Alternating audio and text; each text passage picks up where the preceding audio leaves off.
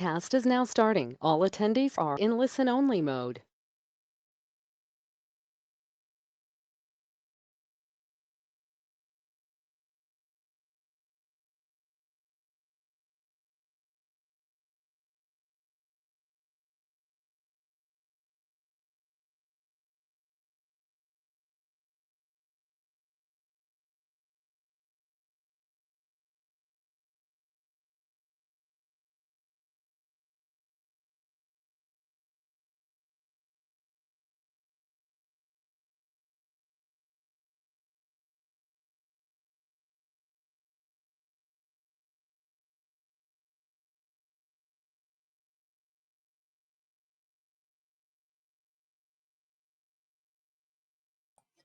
Hi, this is Julia Talbot.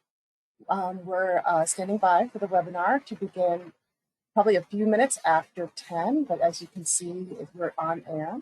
So I just wanted to let everybody know.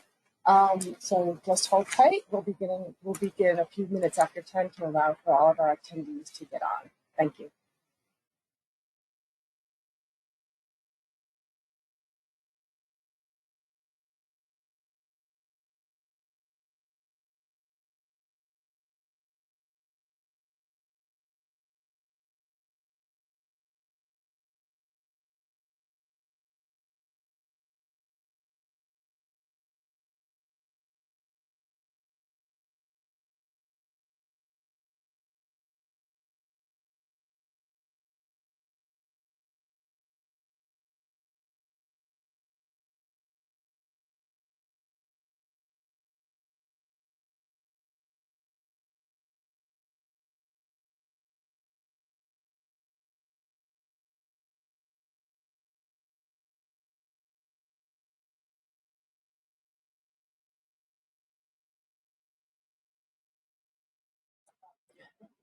And good morning.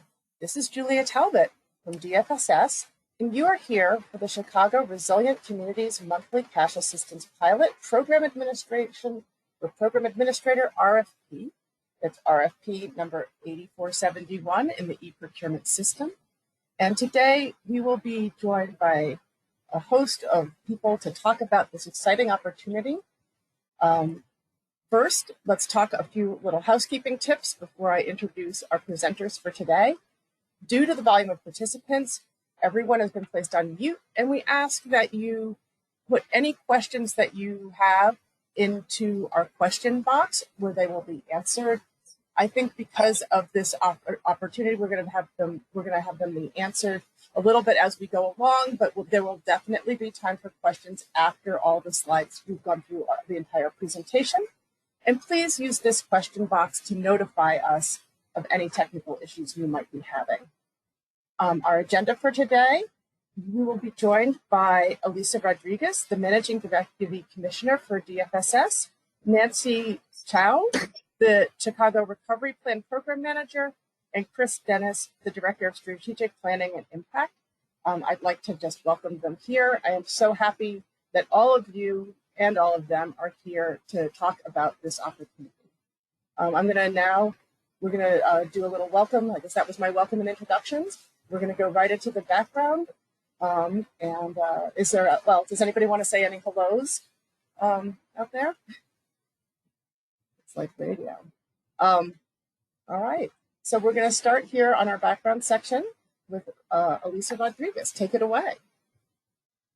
Good morning, everyone. I am Elisa Rodriguez, the Managing Deputy Commissioner for the Department of Family and Support Services. I want to thank you for joining the webinar today to learn more about the Chicago Resilient Communities Monthly Cash Assistance Pilot. As you've seen in the RFP, the City of Chicago has authorized $31.5 million in monthly cash assistance within the Chicago Recovery Plan with the intention of providing $500 per month for 1 year to up to 5,000 low-income households. The purpose of the program, as you've seen in the RFP, is to reach low-income households who have been hit hard by COVID-19 so that we can continue to support their path to greater economic stability and, in essence, break the cycle of poverty. The pilot is intended to serve as a demonstration for the effectiveness of cash assistance within a broader portfolio of safety net benefits and services. and the City of Chicago's government's ability to meet residents where they are and support their self-defined path toward financial security is really critical and important to DFSS in the city. Next slide. The Chicago Resilient Communities Monthly Cash Assistance Pilot provides the City of Chicago with a unique opportunity to envision and test a system that reduces barriers to engagement, enrollment, and the receipt of benefits, and empowers individuals to use resources to meet their greatest needs.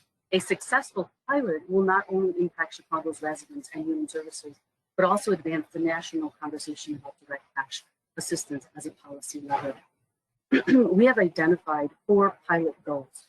1, to provide financial relief to those most impacted by COVID-19. Second, to improve the residents' well-being so that we can ensure the stability of their health and that of their families.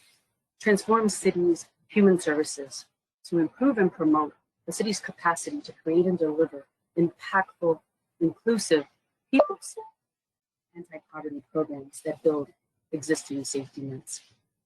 And lastly, to build a field of practice so that we can enable policymakers and advocates across all local, state, and federal levels to learn from this pilot, which is the largest program in reach in the USA.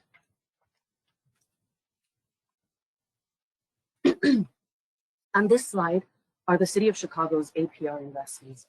The city has proposed these investments to support an equitable recovery based on a whole of government response to community safety, urgent assistance to families in need, access to reliable city services, and a wide range of new economic opportunities, which include programming for mental health, violence prevention, affordable housing, youth, homelessness, arts, and culture. The city's investments seek to have a broad range of anticipated strategic impacts. To learn more, we welcome you to visit www.chicago.gov/recovery plan.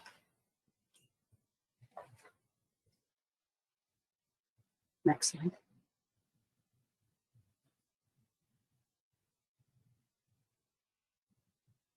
There are additional CRP cash assistance opportunities available that we also wanted to highlight during today's webinar. We're also seeking an outreach and recruitment lead agency for the pilot. Applicants may apply for both RFPs. There are 2 additional RFPs coming out February 18th of this month. The first one is a $4.8 million domestic worker relief fund, which is a one-time subsidy of $500. The second one is a $10.7 million Chicago Resiliency Fund 2.0 for households that have been excluded from federal stimulus support. Again, this is a one-time $500 subsidy. For each fund, DFSS will be seeking a program administrator to manage the outreach, application verification, and payment distribution of these funds. Now I will pass it over to my colleague, Nancy Cao, to talk about the scope review. Thank you, Elisa. Good morning, everyone. This is Nancy Cao. I'm in the mayor's office, and I'll be providing some background about the scope of this RFP and the program administrator role. I encourage you all to use the chat function to enter any questions you may have, and we will pause at the end of this section and take a couple of questions from the group. And as a reminder, the RFP is very detailed, so I encourage you to read that closely where you'll see even more information and expectations. So for this RFP, we are seeking applicants from nonprofit agencies who have the resources and experience to implement 5 core functions as the program administrator. The first is management and coordination of the end-to-end applicant experience, including coordination with our lead outreach agency, program evaluator, and other stakeholders. The second is the build out and maintenance of enrollment and CRM platforms. The third is verifying applicant eligibility to participate. 4, providing benefits counseling and onboarding to selected program and research participants. And 5, managing accurate and timely payment distribution. Next slide. The program administrator role is critical to the success of the Chicago Resilient Communities pilot. This agency will be managing and coordinating the people, technology, and processes needed to successfully execute the pilot program. The primary objectives of the program administrator are to design and manage tech-enabled processes for application, selection, onboarding, and ongoing program communications and support. And our goal here is to really minimize participant burden and deliver a positive, empowering experience. The second is to manage participant enrollment, onboarding, and communications, and to serve as that primary point of contact for all participants. And this would include not only those who receive the funds, but also research participants. And the third is to manage, as mentioned, that timely and accurate payment activities as well as data collection activities.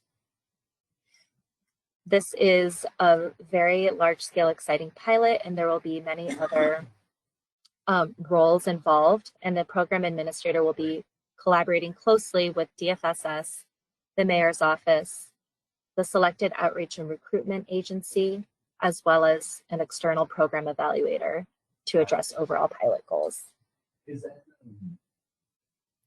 In the RFP, we've identified a few focus populations to provide more context on who we aim to reach. So overall program eligibility will be based on income and impact from COVID-19.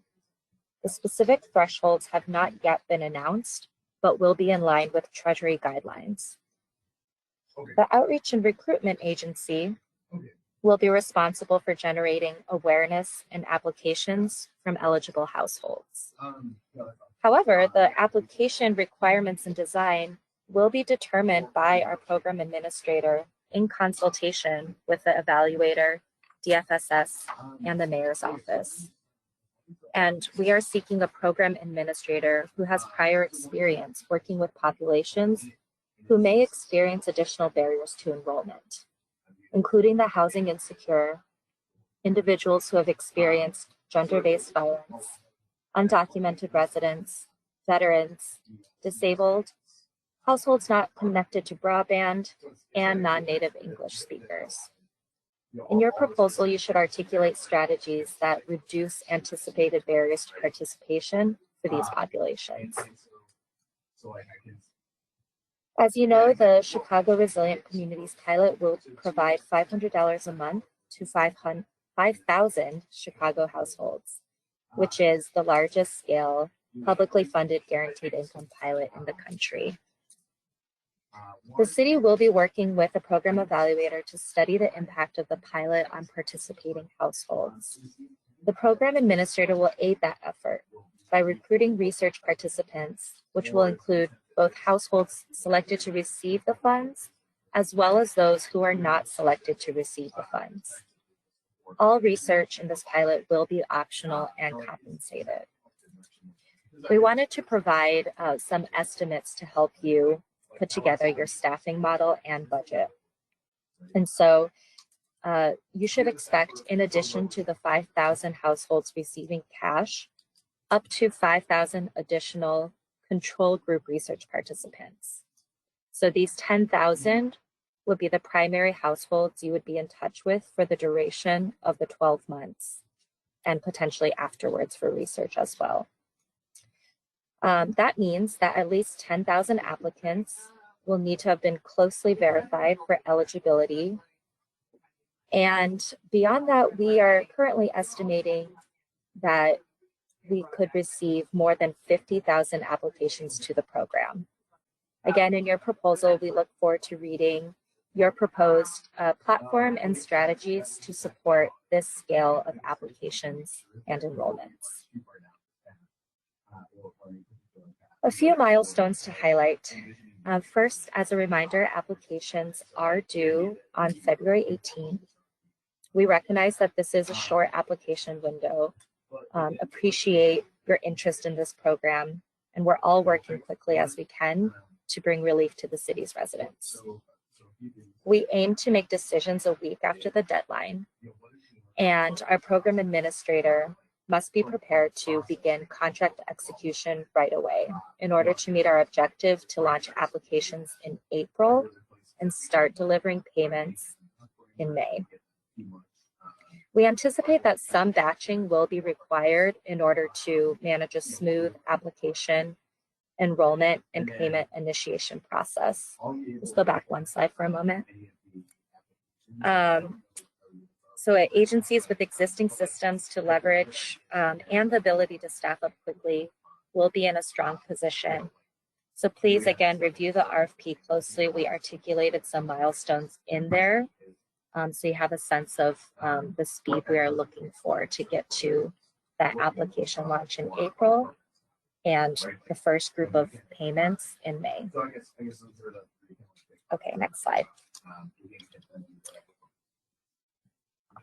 This will be the last slide about the program requirements, and then we will pause to answer some questions from the chat. So please take a moment to put any questions about scope in there. The program administrator is a truly critical role for this pilot, and we're seeking an agency who can deliver that positive and empowering experience to applicants, selected participants, and research participants. The program administrator should be proactive and responsive with program communications and support, and ensure that timely and accurate data collection and payment. The program administrator will be asked to collect and monitor performance indicators, including but not limited to percentage and number of applications successfully submitted. That's our current proxy for applicant burden. Program uptake, meaning the percentage of approved applicants who successfully enroll. Research retention, or the percentage of research participants who complete all the research activities. Percentage and number of participants who successfully remain enrolled and receive all 12 monthly payments. Reported participant satisfaction, and this is something we'll be looking to understand for applicants, the selected households and non-selected households. And finally, the reported attitude towards government services, or aid. With that, we can pause to take any questions from the chat. Thank you, Nancy. I see here there are a few questions for the chat. There's some about who are the eligible applicants and must they be 501c3, nonprofit applicants, of which they must. For-profit organizations are not eligible for this particular opportunity. Here is another good question, though. Will the agencies selected to roll out the program be compensated?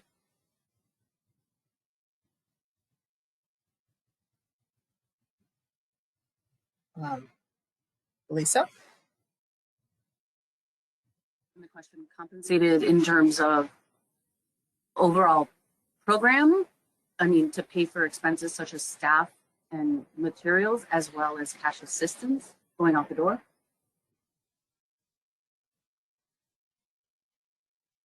How about, so I believe that maybe the person who asked that question could give a little bit more detail. Are we only seeking one agency is another question. We are looking for one lead agency that would have the ability, if we... Would that program administrator have to issue the 1099s or to recipients? We are still working on getting guidance from that, and we'll provide an update in the addendum. Can you elaborate on the specification that the selected program administrator must have a physical presence within Chicago city limits and be available for in-person meetings on a schedule to be determined?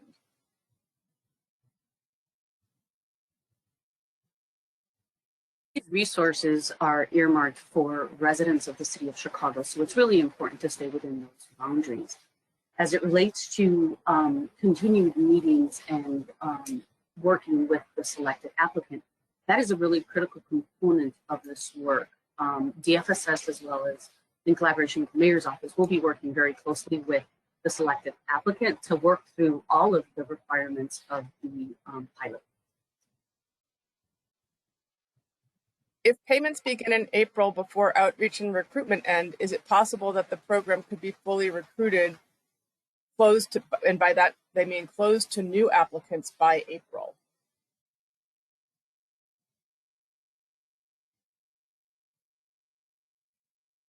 It could. We definitely would want as many eligible respondents to apply to be included in the lottery. It's really hard to say, right? We're going to do a lot of marketing and outreach to make sure that we get to the right population. So if we get to the number of applications that we need in order to launch the program, then obviously we would not take any more. We would not continue doing the outreach piece. There are a few questions in here about a payment thing that's going to be carried. We're going to cover that in the next section. So I'm looking here for the ones that are much more related to the prior section that we just covered. So who will manage the incentive payments to the 5,000 control non-recipient group?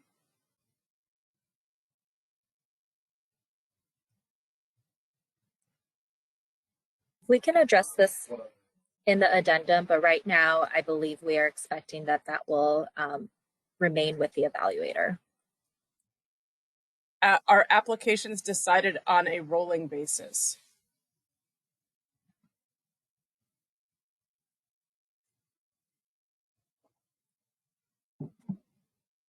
I'm assuming that this question means for the households who want to apply.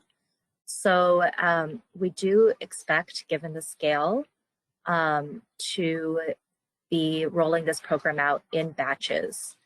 We haven't set a cadence internally, and so we would be very interested to see your proposals on how you would recommend approaching the application, verification, and enrollment process, given the scale.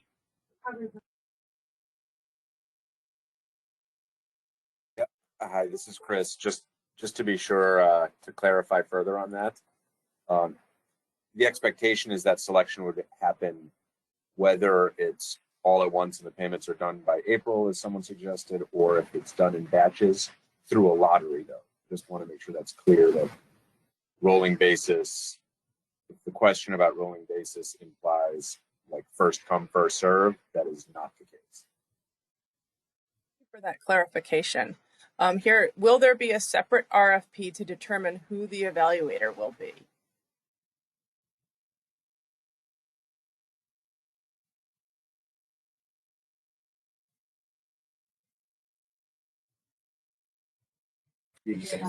The funding for our evaluator is from private philanthropic funds, so there will not be a separate RFP issued by DFSS for that.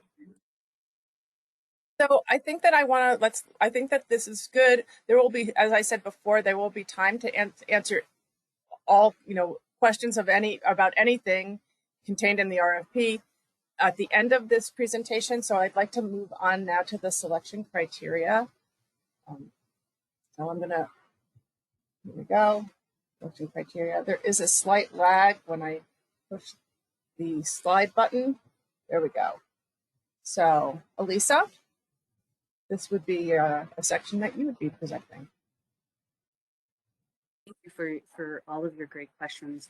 Like Nancy has said, we responses in the addendum. So moving along, the next few slides are going to talk about the selection criteria that DFSS will use to evaluate the applicant capacity. It's important to note that eligible proposals will be evaluated on the strengths of the proposal and the responsiveness to selection criteria. We encourage you and urge you to read the RFP thoroughly and the questions so that you can prepare your responses. As it relates to the selection criteria, one of the things we're looking for is community involvement. We'll be looking at applicants to determine if the agency is engaged in and committed to community involvement. We're seeking respondents that demonstrate the ability to build and execute processes and infrastructure that deliver seamless, empowering, and positive end-to-end user experience. This is really critical. This is a really critical part of the program. We're also looking for the respondents to demonstrate an expertise in working with focused population. and has relevant capabilities and or infrastructure needed to serve these groups, as well as a commitment to diversity, equity, inclusion, and access. We are also looking for respondents to demonstrate that their leadership that reflects and engages the diverse people of the community it serves. Next slide, please. Organizational capacity is another selection criteria. What we're looking here is to determine if the agency is capable of delivering the program as proposed. Eligible respondents will have qualified staff responsible for all required service components within the program. Will provide adequate capacity to hire and manage staff, as well as adequate systems and processes to support monitoring program expenditures and fiscal controls. The respondent must also demonstrate the ability to meet federal reporting requirements associated with the pilot. Next slide, please.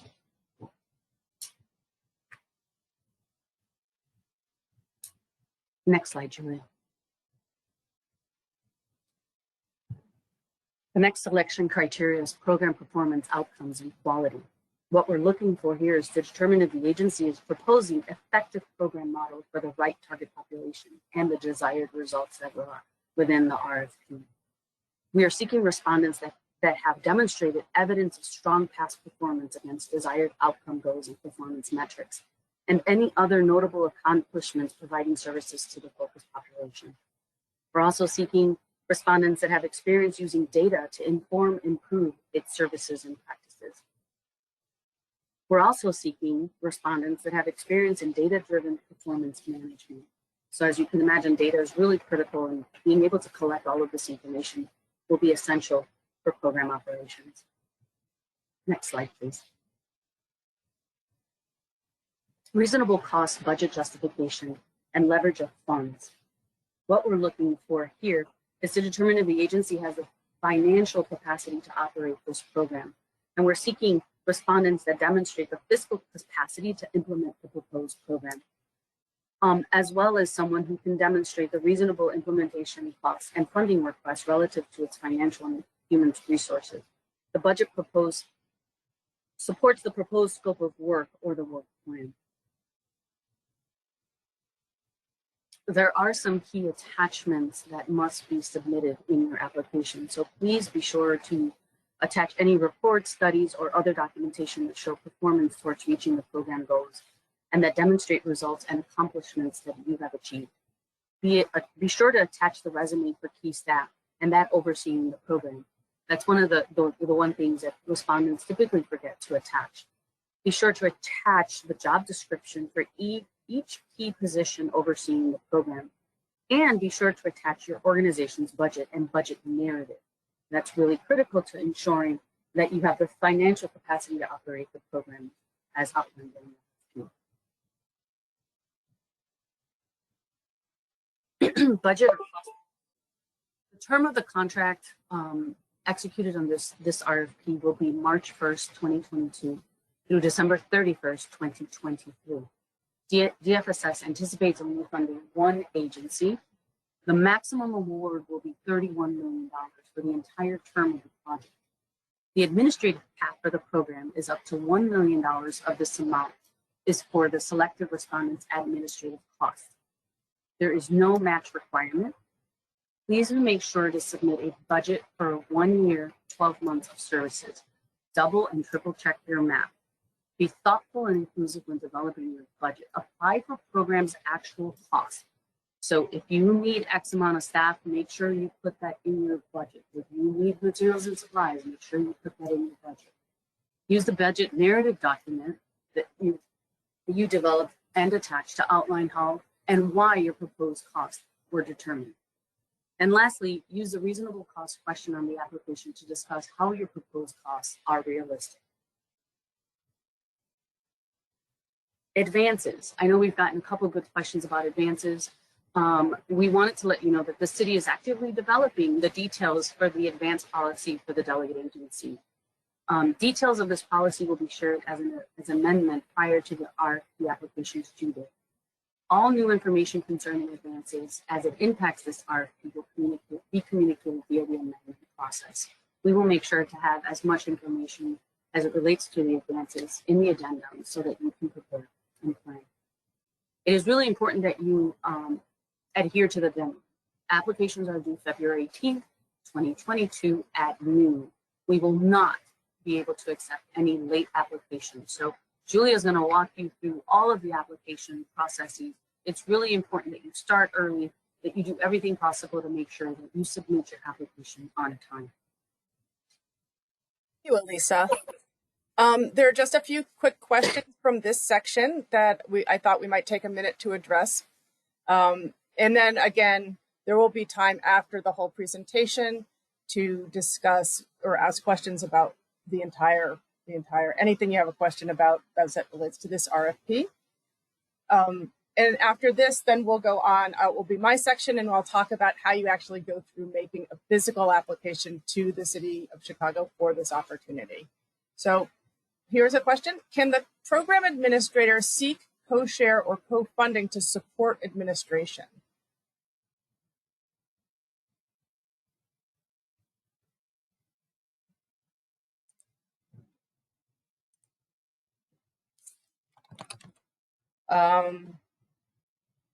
Elisa? The question relating to bringing in outside funding to support the work that they have to do.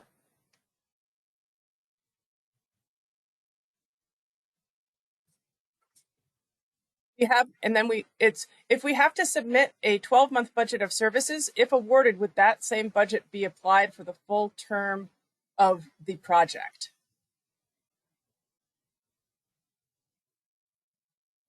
So we want you to submit a budget that aligns with your RFP. Obviously, if within the term of the contract, we have to make adjustments, we can do budget amendments to move money around to best suit the project at that time.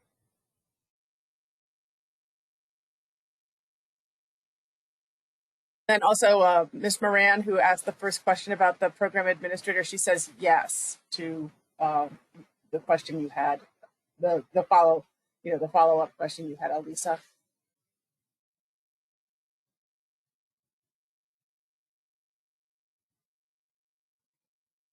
Okay.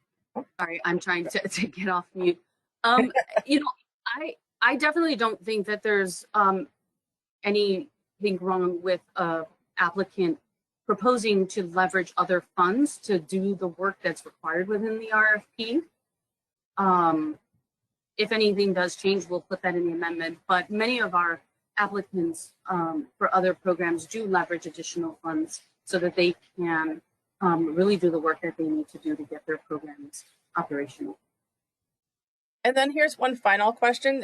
So do we submit a one-year budget or a budget from March 2022 to December 2023? We have asked that you submit a one-year budget. So just to give us what you anticipate a 12-month budget would look like. Is that right, Elisa?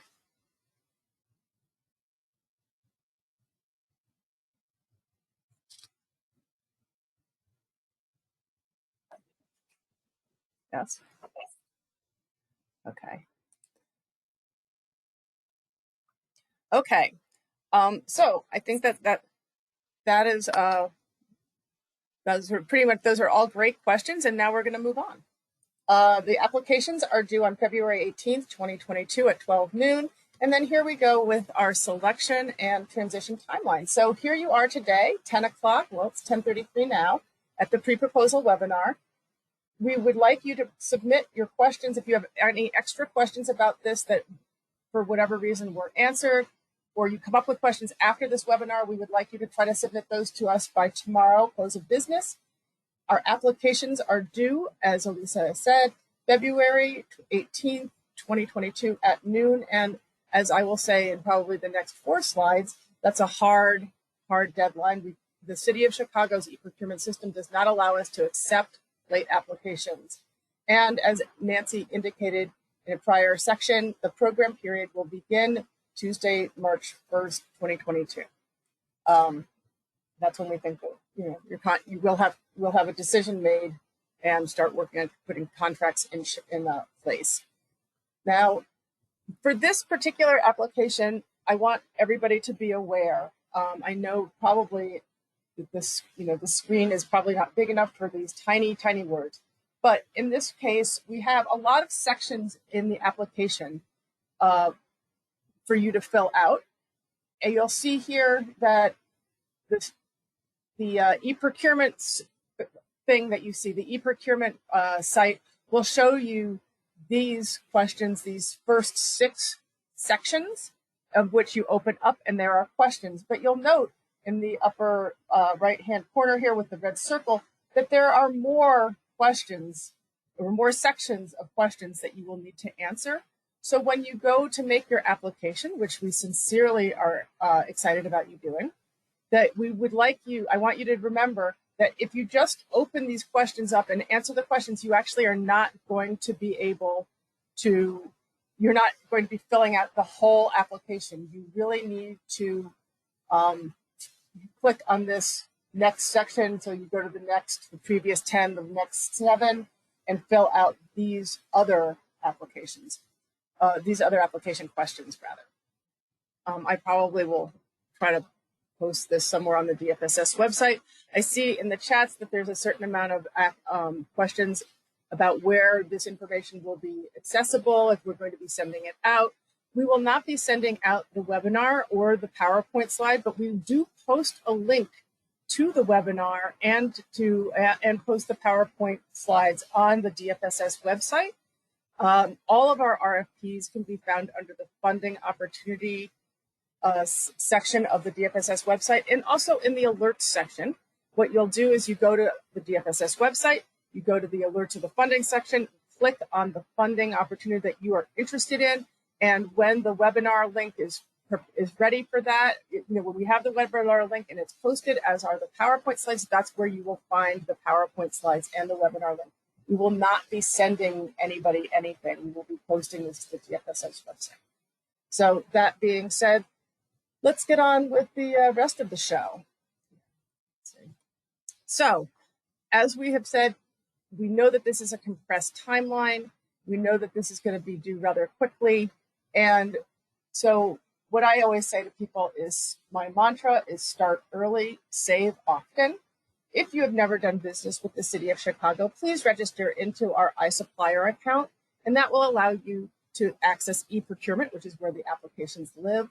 iSupplier, do this immediately because it takes a day or 2, if not 3 to 5 days, sometimes for you to get the link to start your application and really get access to the system. It's not kind of a click and go experience. You fill out some information, the City of Chicago sends you a link, and then it takes a little bit of time. And sometimes, depending on how many applications they're getting for iSupplier accounts, it takes a day or 2 for them to get back to you with that link. My general feeling about this, and it's specifically to this RFP, that our RFPs they're dense documents, but at the same time, they're very informative, and they are all aligned with the different parts are aligned with one another. If you're having questions about the program, or if you're looking at an application and one doesn't particularly make sense about what you think we're asking for, please review our application, the RFP narrative, and understand the application questions and the selection criteria. Those 3 parts of the RFP and application experience are all really interconnected with each other. We develop our narratives and scope documents. From those, we pull out our application questions, and then we align the scope and the application questions with the selection criteria. And from the selection criteria comes our evaluation instruments that we use to make funding decisions. So please, and especially with a rather complex program such as this that's so important, please read the RFP documents and let what we say kind of guide your answers and guide what you're thinking about what your organization can do. I always tell people to carefully review the selection criteria. Every application question is specifically identified to a selection criteria, and so that's a really good way to figure out kind of where we're going.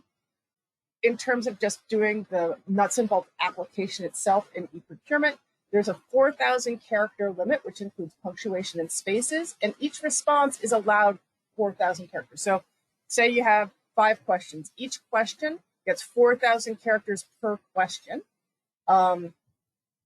E-Procurement is not going to count those 4,000 characters for you, and it may or may not indicate if it's going to cut you off. So I very much encourage people to do the application in a Word or word processing document that will give you those character counts and save it. The other thing about the e-procurement system that you should know is that once you submit your application to us, that application is no longer available to you in anything beyond a PDF format. And so if you want to save your work, if you want to have a more manipulatable document with your words and your answers on it, please, please, please save that in a different format, because e-procurement is going to give you a PDF, and we'll go through when it does that, and that's about it. And you actually can't access the application that you submitted after you submit it to us. This is kind of dated information because nobody uses Internet Explorer anymore, but e-procurement was built on an Oracle platform, and it works best within the Internet Explorer browser. If you are having problems and you find that this is very glitchy, try running the e-procurement website or platform off of Internet Explorer, because that is sort of what it was designed for. It also works fine on Firefox, Chrome, and pretty much everything else. I actually tested it on all of those platforms. It works fine there. But if you're just having problems with it, it's always good to kind of know what it was built off of. My final pro tip is don't use the back button on your browser when you're working in e-procurement. If you do that, e-procurement will pretend that it is keep working, but it will stop saving. And then when you go to save, you'll get an error message. And when you log back in, you will find that everything that you did since you hit that back button was not recorded or saved in any way. I have been burned by this several times myself, and it's not a great feeling. So here are more tips. You can submit your application and later amend it up until the due date, which is February 18th at noon. So if you're worried about the submission not getting your thing in, or you want to have it as a placeholder, you can in fact submit your application as many times as you want and then draw it back and update it, change it, whatever you want to do with it. But that original submission will still be there kind of as a placeholder if for some horrible reason you did not make the February 18th deadline. As you'll see, because we're going to go through the slides about how to do the submission, go through the submission process, I tell people avoid the rush and possible mishaps by submitting early. Plan on submissions taking 30 to 60 minutes. I really encourage people to try to get this in a day early, if only because there's plenty of help. There's the e-procurement hotline, there's myself, there's people that are willing, that we're all here to help you, but we can't help all of you at the same time. There's only, there's a finite number of people. And so if 10 people call at 11:55, there's not the bandwidth for 10 people to have their problem solved. There's not enough of us. So I like to tell people to please try to get this in early. Understand that the submission is not a click and go kind of experience, and plan accordingly.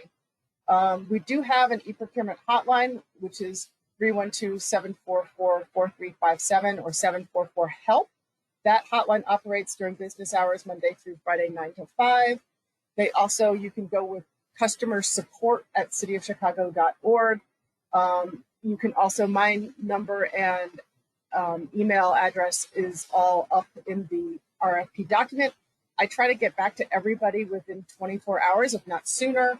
I know sometimes customer support with the e-procurement hotline, they have a higher level of access to resolve e-procurement technical issues than I do, but sometimes they're a little bit more backlogged, and it takes them more than a day to get back to you.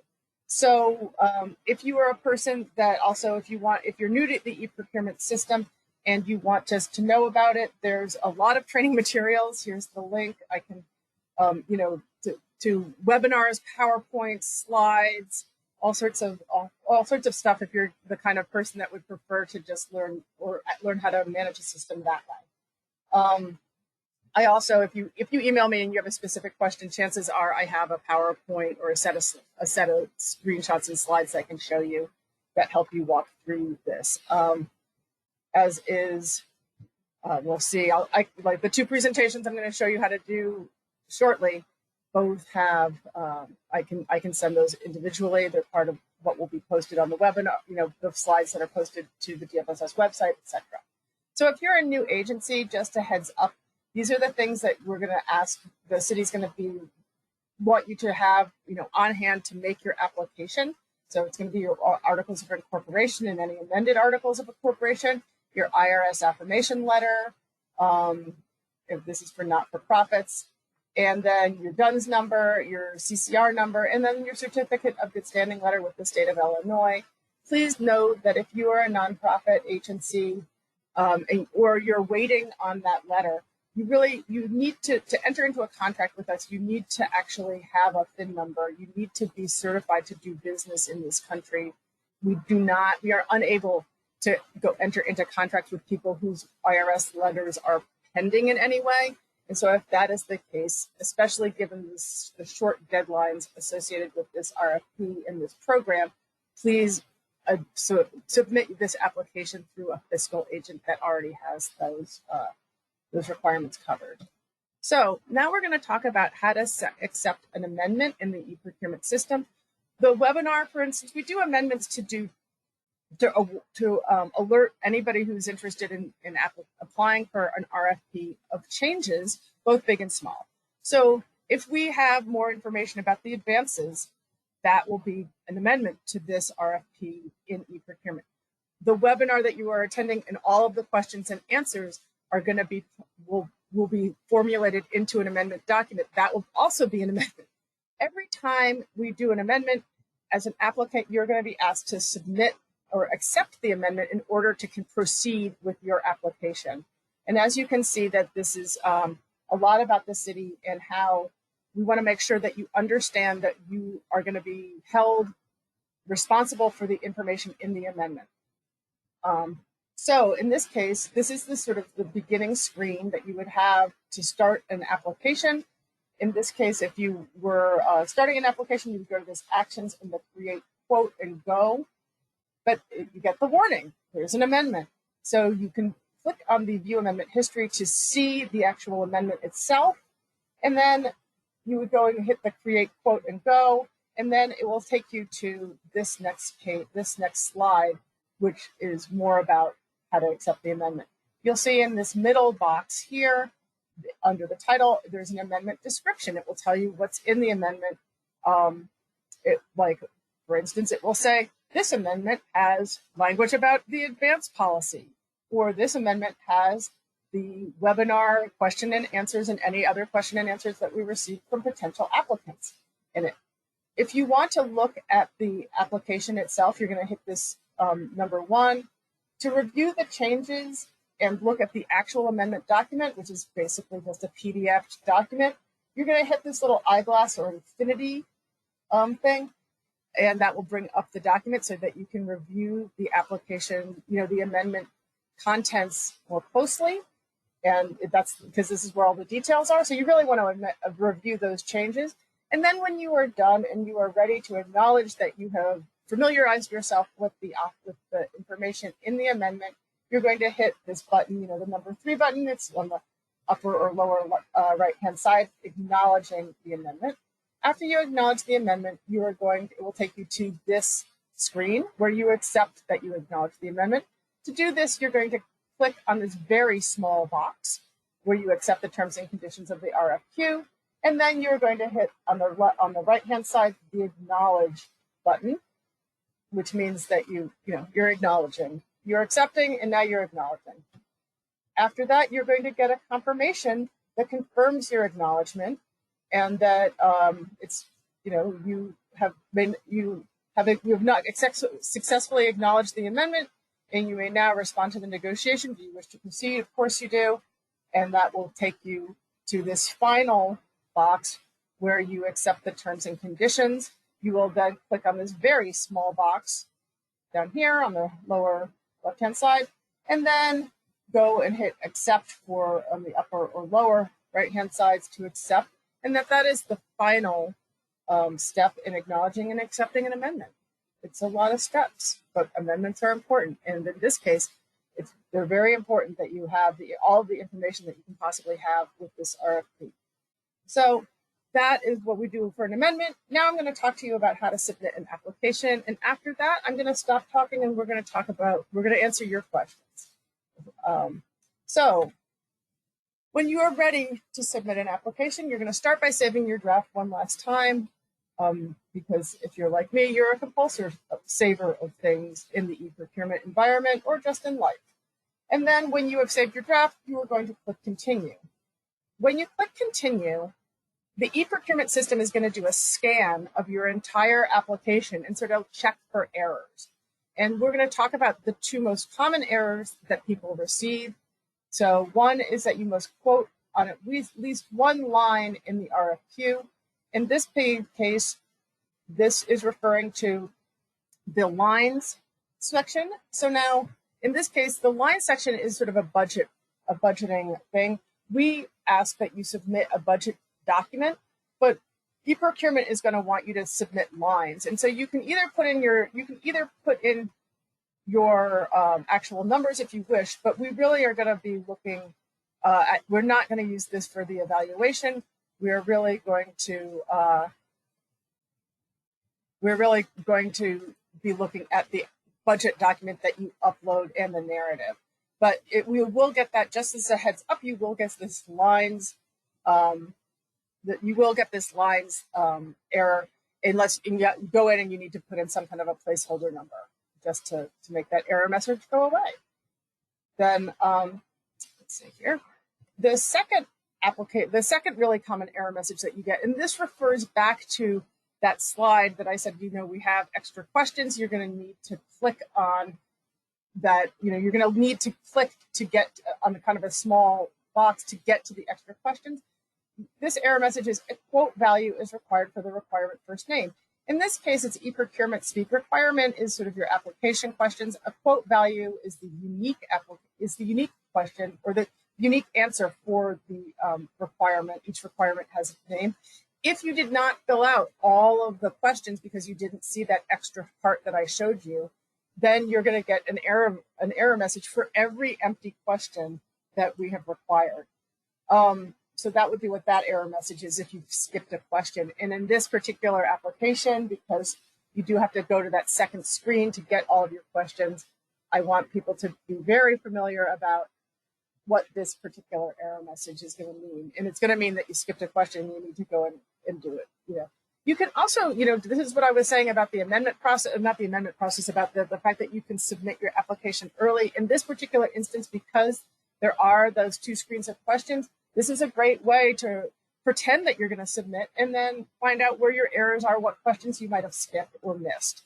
So you can really use this tool prior to submission if you want, just to make sure that you're on track and that you're fulfilling, you're answering all the questions, you're finding everything that you need to find. In this case, you go to the question that you missed, you put in the answer, you save, and that is how you get that error message to go away. So once your application is free from errors, you're ready to proceed and to submit. And so at this point, when you click that continue, when e-procurement does a scan of your application, it's going to put your application into this very, very nice review and submit phase. You'll see here, over here on the right-hand side, it's a printable view. If you hit the printable view at this point, you're going to get a PDF of the entire application, all of your answers, all the questions, etc., and you can kind of see it. But the review and submit phase and this basically allows you online to look at your entire application. So this is your last chance to review all your data, confirm that this is the way you want it to be, check your attachments, and it's sort of like sometimes when you go to vote, you just keep scrolling and scrolling and scrolling. So this is, you're going to just keep scrolling through your application and seeing all of your answers. Oops, let's see, there we go. So this is the first part of scrolling. This is the second part of scrolling. And when you get to the bottom, so you can see those lines that you did or didn't fill out, but you put some placeholder in. When you get to the bottom, it's going to require an electronic signature. Don't do what I do, which was to click this little box and then put your name and title. Put your name in first, put your title in first, then click the box. If you click the box first, you just get an error message in there. You're told to click the box last. And I can't put it on, I couldn't fit it onto this screen in a way that allowed people to read it particularly easily. So this is sort of the other side of the same screen. There is your submit button. And so you'll click submit.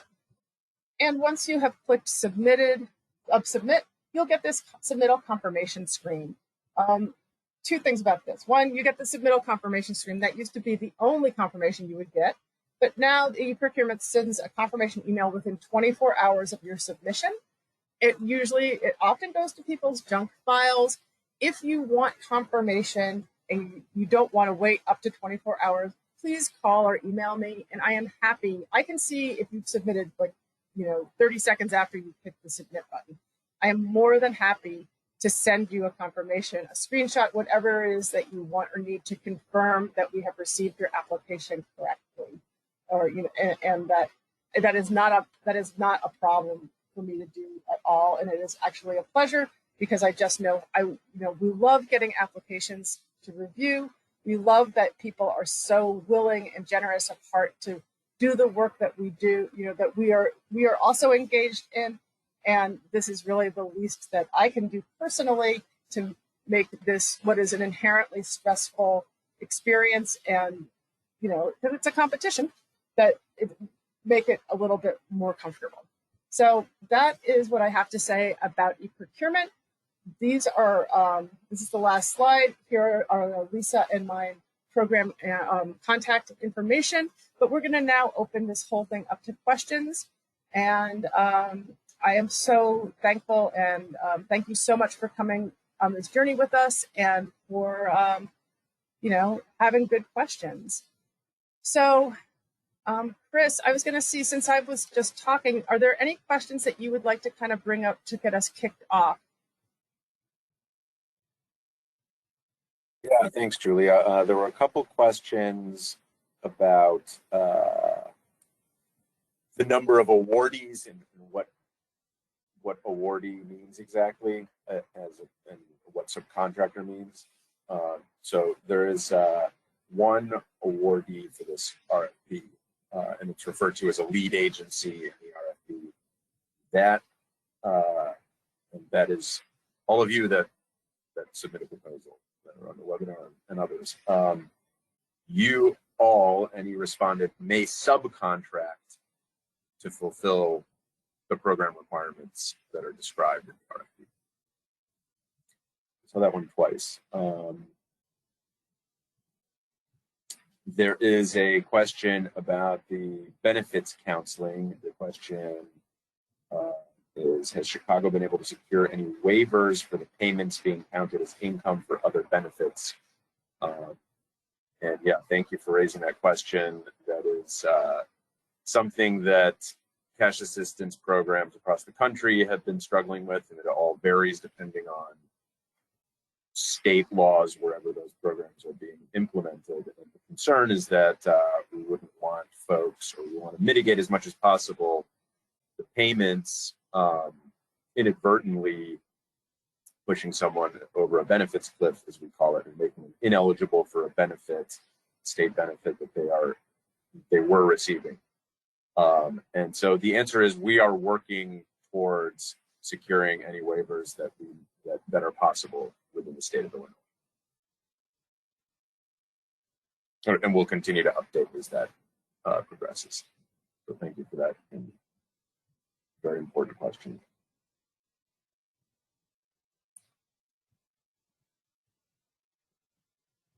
Are there other questions that people have about any aspect of the RFP that we just discussed? This is the time. I can say just a couple of common housekeeping kinds of things.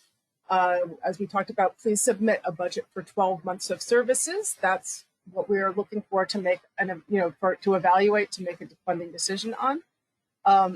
This RFP, or this webinar rather, is being recorded, and the PowerPoint will be made available on the DFSS website underneath the funding opportunities and alerts section to the specific RFP that you are interested in.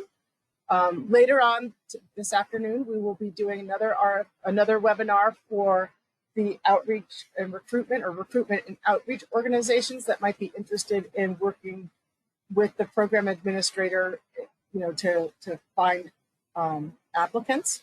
Now, here's another question. So, do you expect the program administrator to verify income eligibility or to accept applicants' self-certification / attestation?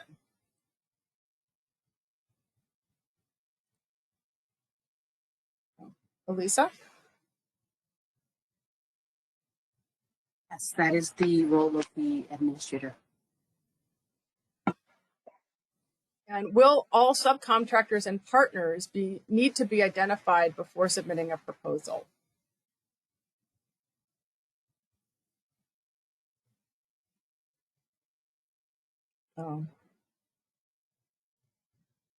Nancy, do you have a response for that?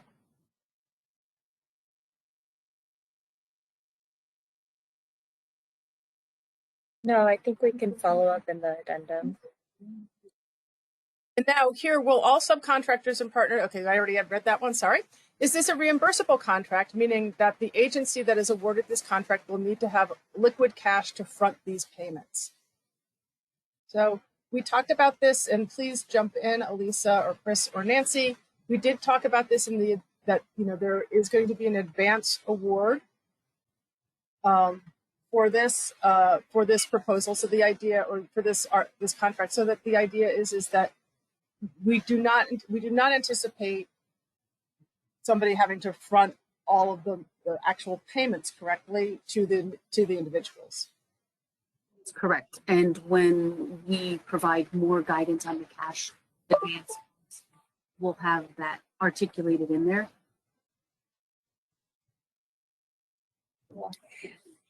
And just to be clear, there's kind of two aspects of liquidity that I think is probably on people's minds. So the first is as we've been referencing the city's updated advance policy, that would apply to the program administrator's administrative costs, and so that would be citywide policy that we're hoping we can point you to. I think a secondary question has been for the payments to the program participants. Will the agencies be expected to have that cash up front? And so we did include a paragraph in the RFP that addresses this, where for this program specifically, the city is going to be providing an alternative option. So if you look at the anticipated term of contract section, we address this, where we will be putting in place a sort of expedited reimbursement policy that will help alleviate that cash flow burden. We understand that being able to issue, $500 checks to up to 5,000 households per month would be a probably significant cash flow burden on most applicants. So we will have a reimbursement policy in place for that will be able to get you that cash ahead of time.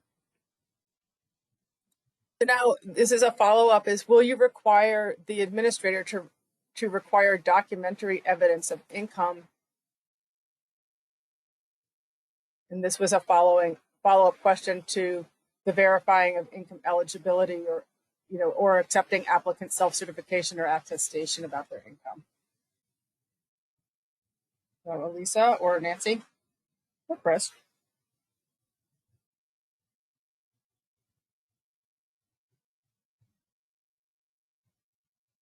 I think it's fair to say this is something that we'll need to follow up on. That we're still finalizing what the requirements are, but I think I'd have to look again at the RFP language, but I think it would be reasonable to expect that some level of that might be required. So here we are. There's a couple of questions that are more about the evaluation component. So can the evaluation component can it be outsourced, or must the evaluator work for the lead agency? I believe that the evaluator will not work for the lead agency. Can Chris, Nancy, would you like to jump in on that? I know that we've discussed this a little bit, but maybe we can go into a little bit more detail.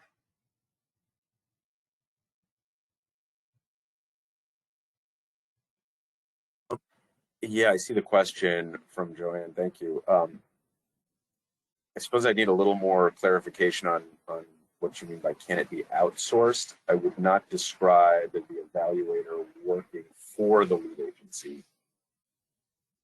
I think if you wouldn't mind, adding a clarification to that question, that'd be great. And I can take the next one. Oh yeah, please. There's a question about the specific characteristics of the demographics of the cash assistance awardees. Assuming that this is about, we're pivoting awardees to the actual Chicagoans that will receive the cash assistance. There is a section called Focus Population. I'm going back to it right now. So thanks for the page number. In the Program Administrator RFP, it starts at the bottom of page 5. It's within the section B program description. It's a subheader Focus Population, and you can find the language there. So I hope that answers your question. And then here's a great question, which would be, are subcontractors also required to be nonprofit organizations?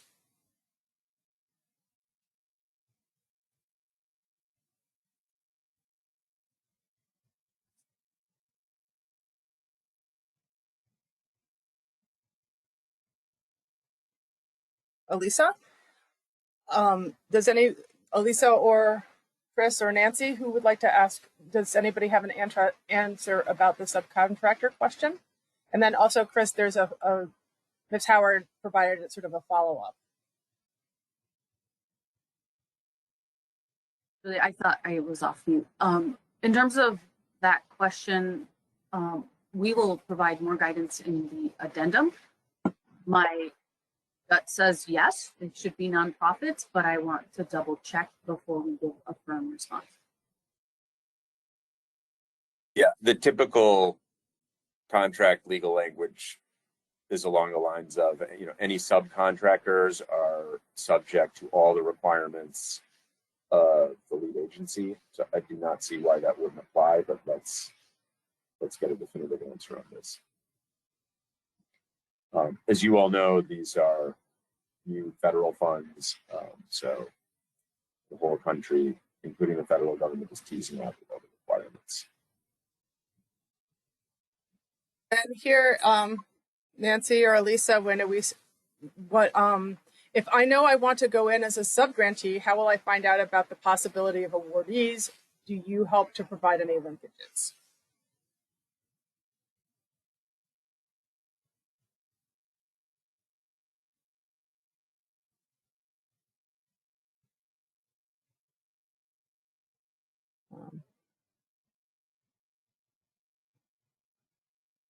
Elisa, I see that your microphone is unmuted, but we can't hear you, I'm afraid. Or at least I can't hear you.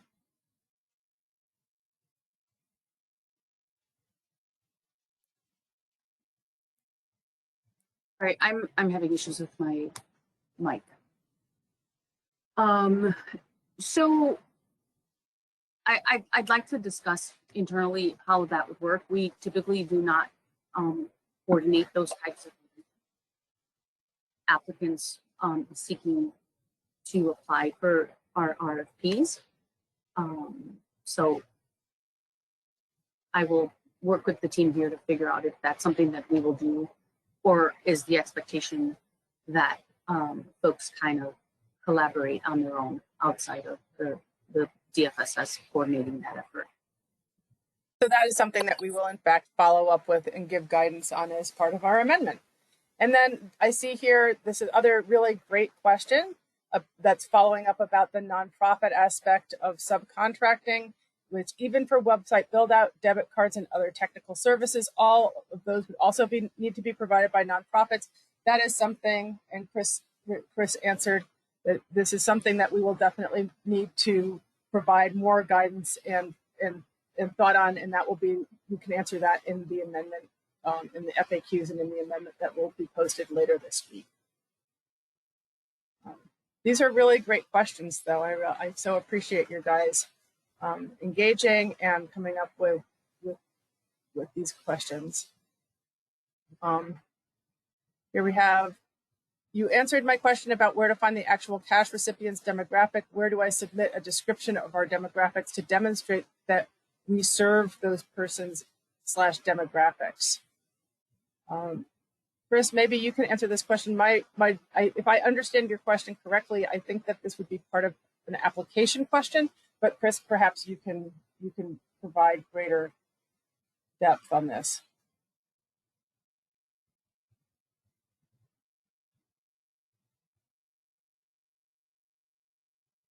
Yeah, thanks. Gotcha. So in the application tool where you're providing your responses, there's a section called community involvement. And so this,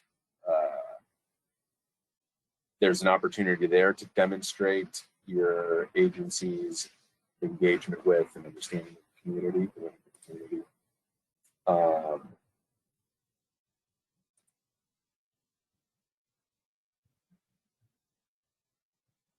And there's also a question in the section called Strength of Proposed Program, where that also focuses on your understanding of the program's focused populations. So it's the community involvement section, Strength of Proposed.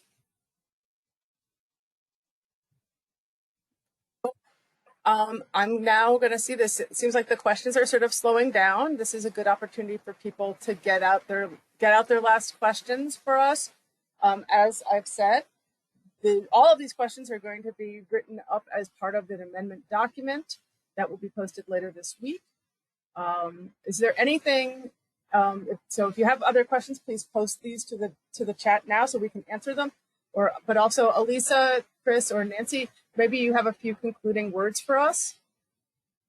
Actually, I wanted to address because Joanne Howard was kind enough to follow up on her question with some clarification. So the clarification question says, by outsourcing, I'm curious, does the evaluation person / team need to work for the agency, or can the lead agency retain the services of an external group to perform the evaluation? Many nonprofits do not have the capacity to do evaluations. I'm really glad that you followed up with that, leave it by the wayside. The evaluation person / team will be identified and brought on board separate and outside of this program administrator RFP. So there is not an expectation that any applicant for this RFP would be either of these scenarios, bringing on an external evaluator or doing an in-house evaluation. This is something that we are going to bring on board, the city is going to bring on board. I suppose if there's an applicant that would want to bring on an evaluating team, that would be kind of doing 2 evaluations at that point, and that's something we'd have to discuss. That is not, we did not address that in the RFP. So I suppose you could follow up with another follow-up about if that's your interest, or was the question asked under the assumption that we were expecting applicants to bring on an evaluator? Again, so sorry to confuse anyone. The short answer is we're not looking for applicants for this RFP to bring on an evaluation team or have one of those. Thank you. Are there, Elisa, Nancy, Chris, any further concluding remarks that you would like to share?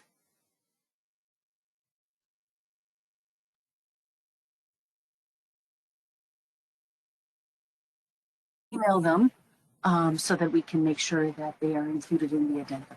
Thank you.